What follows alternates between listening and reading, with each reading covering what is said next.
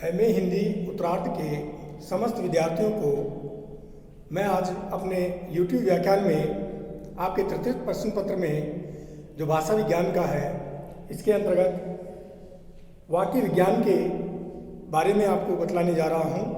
पिछले व्याख्यानों में हमने वाक्य विज्ञान के बारे में विस्तृत रूप से जान लिया है। आज हम वाक्य के अंगों के बारे में हम बात करेंगे। प्रिय विद्यार्थियों, वाक्य के जो अंग हैं ये दो तरीके के होते हैं और पहला जो अंग है वह है इसका उद्देश्य और दूसरा अंग है इसका विधेय। इसको थोड़ा सा यहाँ जान लेना, समझ लेना बहुत जरूरी है, क्योंकि उद्देश्य वाक्य का वह अंग अथवा अंश जिसके बारे में वाक्य के शेषांश में कुछ कहा गया हो, ये उसको कहा जाता है। जैसे लड़का गया में लड़का, उद्देश्य में केंद्रीय शब्द तथा उसका विस्तार आ सकता है। यहाँ लड़का गया में लड़का केंद्रीय शब्द है, किंतु राम का लड़का गया में राम का यहाँ उसका विस्तार है और उद्देश्य है। यहाँ राम का लड़का जो है यह इसका उद्देश्य माना जाएगा।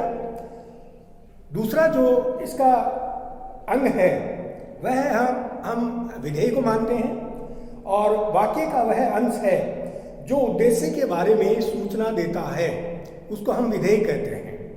यहाँ इसमें क्रिया और उसका विस्तार होता है।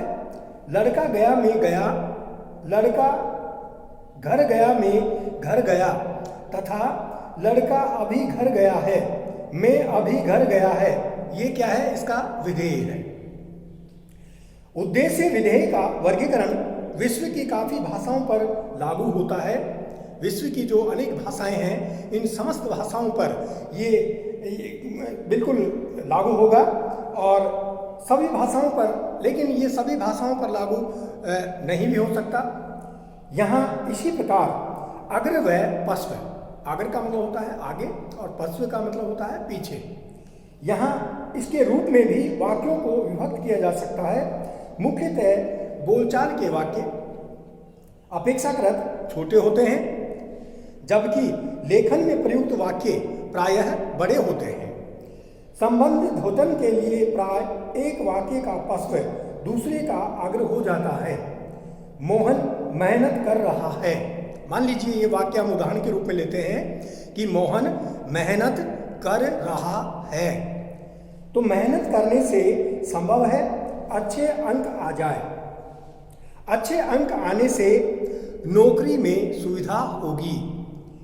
आजकल तो शादी विवाह के लिए भी अच्छे अंकों का महत्व बढ़ गया है और जिस लड़के या लड़की के अच्छे अंक परीक्षा में आएंगे उनसे ही वो अपने लड़के लड़की का आपस में वो विवाह करेंगे। तो यहाँ पश्व को काले अक्षरों में दिखाया गया है, यानी नौकरी में सुविधा होगी, शादी विवाह में सुविधा होगी, ये इस रूप में हम इसको ले सकते हैं।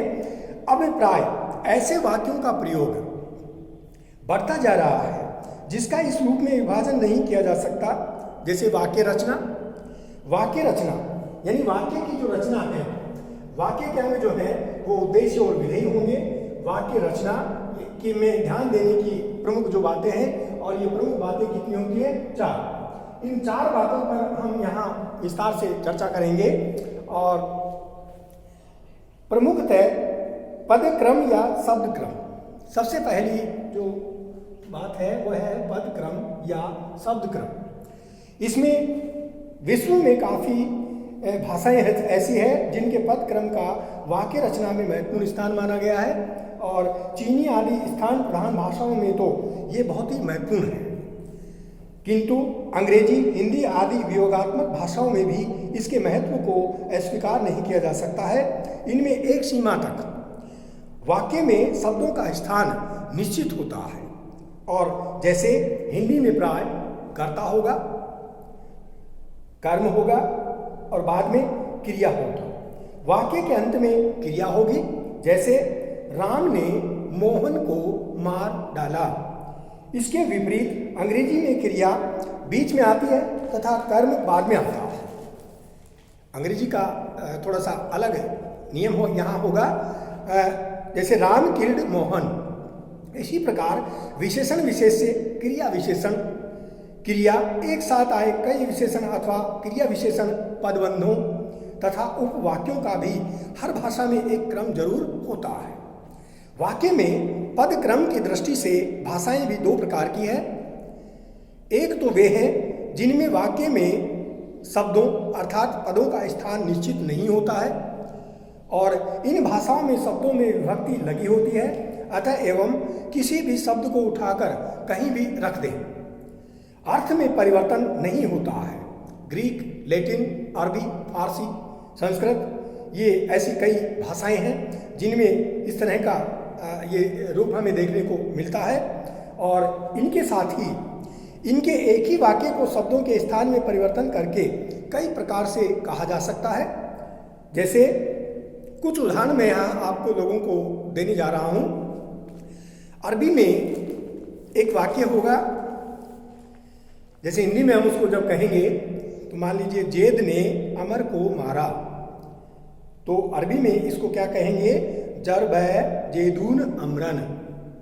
और अगर इसी को हम इसको उल्टे रूप में कहें, क्योंकि शब्दों को इधर उधर हम कर दें इसमें, तो जरब अमरन जेदून, यानी अमर ने जेद को मारा।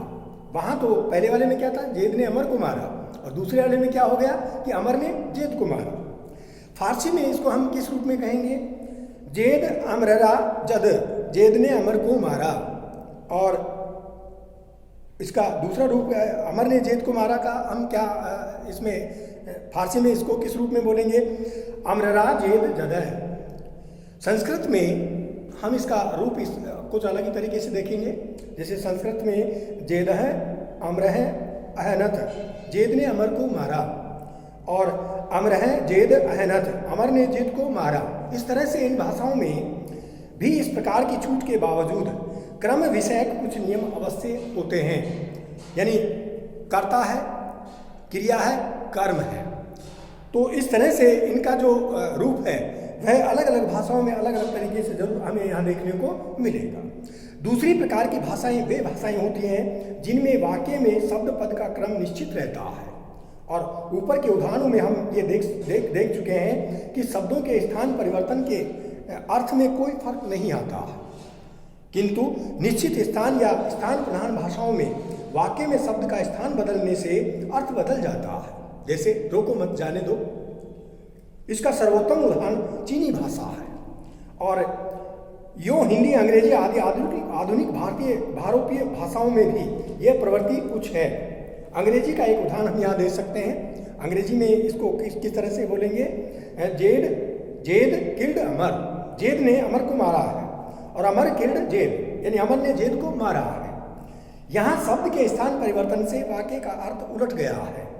और चीनी में तो यह प्रवृत्ति विशेष रूप से मिलती है कि पा ताड़ सेन, यानी पा सेन को मारता है और सेन पाड़ता, सेन पा को मारता है।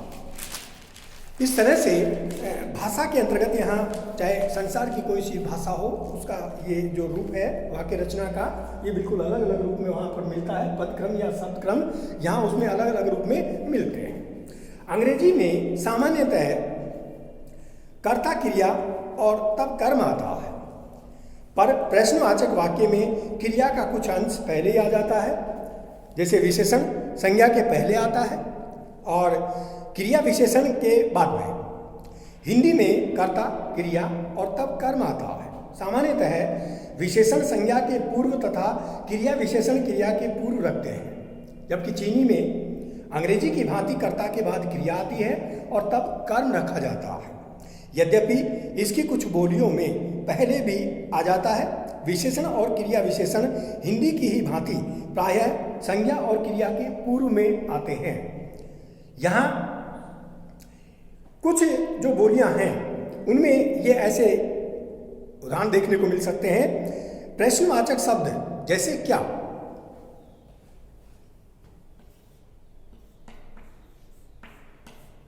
प्रश्नवाचक शब्द जैसे क्या। अब इसमें जो है वो चीनी भाषा में अंग्रेजी तथा हिंदी में वाक्य के आरंभ में आते हैं, पर चीनी में वाक्य के अंत में आते हैं। चीनी भाषा में वाक्य के ये अंत में आते हैं। जैसे फान, तस, ले, मा, इसका अर्थ होता है खाना, खा लिया, क्या। किसी भी भाषा के शब्दों के स्थान की निश्चितता के नियम निरपवाद नहीं होते, यहाँ तक कि इस प्रकार की प्रधान भाषा चीनी में भी नहीं। ऊपर का चीनी वाक्य इस प्रकार भी कहा जा सकता है, तत्स, फान, ले, मा, खा, खाना, लिया, क्या, खाना, खा लिया, क्या। और बल देने के लिए इसका जो पद क्रम है, ये पद क्रम भी यहाँ चेंज हो सकता है, परिवर्तन हो सकता है इसमें। उसका जो पद क्रम प्रधान भाषाओं में भी पद क्रम में प्राय परिवर्तन ला देते हैं। जैसे उदाहरण के लिए हिंदी में सामान्यतः कहेंगे मैं घर जा रहा हूँ, किंतु बल देने के लिए, वाक्य में बल देने के लिए हम इसको किस रूप में भी कह सकते हैं, घर जा रहा हूँ मैं, या जा रहा हूँ घर में, आदि भी हम कह देते हैं। ये दूसरी बात है। अब इसकी ध्यान देने की जो दूसरी बात है वह क्या है, अन्वय। अन्वय किसको कहते हैं? अन्वय का अर्थ है व्याकरणिक अनुरूपता। विभिन्न भाषाओं में विशेषण विशेष्य, कर्ता क्रिया, कर्म क्रिया तथा कर्ता क्रिया विशेषण आदि विभिन्न व्याकरणिक कोटियों में लिंग, वचन, पुरुष तथा मूल और विकृत रूप आदि की अनुरूपता होती है। जैसे हिंदी में स्त्रीलिंग और पुल्लिंग होता है, जबकि उसमें संस्कृत में 3 प्रकार के लिंग माने गए हैं। ये अलग अलग भाषाओं का अलग अलग रूप हमें यहाँ देखने को मिलता है। यहाँ 2 बातें प्रमुख रूप से ध्यान देने योग्य होती है, और वो 2 बातें होती है कि हर भाषा के अन्वय के नियम अलग अलग होते हैं, और दूसरी बात है अलग अलग भाषाओं में अलग अलग चीज़ों का अन्वय भी होता है। जैसे संस्कृत में कर्ता क्रिया में लिंग का अन्वय नहीं है, किंतु हिंदी में है। जैसे राम है गच्छति, राम जाता है, और सीता गच्छति यानी सीता जाती है। अच्छा लड़का, जैसे अच्छे लड़के को हम अंग्रेजी में क्या कहेंगे, गुड बॉय, और अच्छी लड़की गुड गर्ल, और अच्छे लड़के गुड बॉयज, अच्छी लड़कियां गुड गर्ल्स। ये इस तरह से हिंदी के जो भाषा विज्ञान में आज हमने वाक्य के अंगों के बारे में जाना, और वाक्य के जो 2 अंग यहाँ माने गए हैं, पहला उद्देश्य, दूसरा विधेय। फिर हम वाक्य रचना की जो ध्यान देने योग्य जो 4 बातें हैं, उन 4 बातों में हमने 2 बातों को आज जाना कि इसका पद क्रम या शब्द क्रम निश्चित होता है, कई भाषाओं में नहीं भी होता, और भाषाओं को आज हमने यहाँ जाना भी है। चीनी है, अरबी है, फारसी है, आपके संस्कृत है, हिंदी है, अंग्रेजी है। ये सारी जो भाषाएं हैं उनमें पद क्रम या शब्द क्रम अलग अलग होता है, या एक भी हो सकता है। और अन्वय, अन्वय का हमने यहाँ जो अर्थ जाना वो व्याकरणिक अनुरूपता से हम उस अन्वय का अर्थ यहाँ ग्रहण करते हैं। तो प्रिय विद्यार्थियों, भाषा विज्ञान के आज के इस व्याख्यान में हमने वाक्य विज्ञान के व्याख्यान के तीसरे भाग में वाक्य के अंगों के बारे में जाना, जिसमें उद्देश्य और विधेय के बारे में हम जान चुके हैं। वाक्य रचना की ध्यान देने की जो प्रमुख बातें हैं उनके बारे में हमने यहाँ विस्तृत रूप से चर्चा की है। 2 बातों पर आज हमने यहाँ विस्तार से चर्चा की है, पद क्रम या शब्द क्रम, और दूसरा है अन्वय। इसकी जो शेष बातें हैं उनके ऊपर हम अगले व्याख्यान में आपसे विस्तृत रूप से चर्चा करेंगे। धन्यवाद।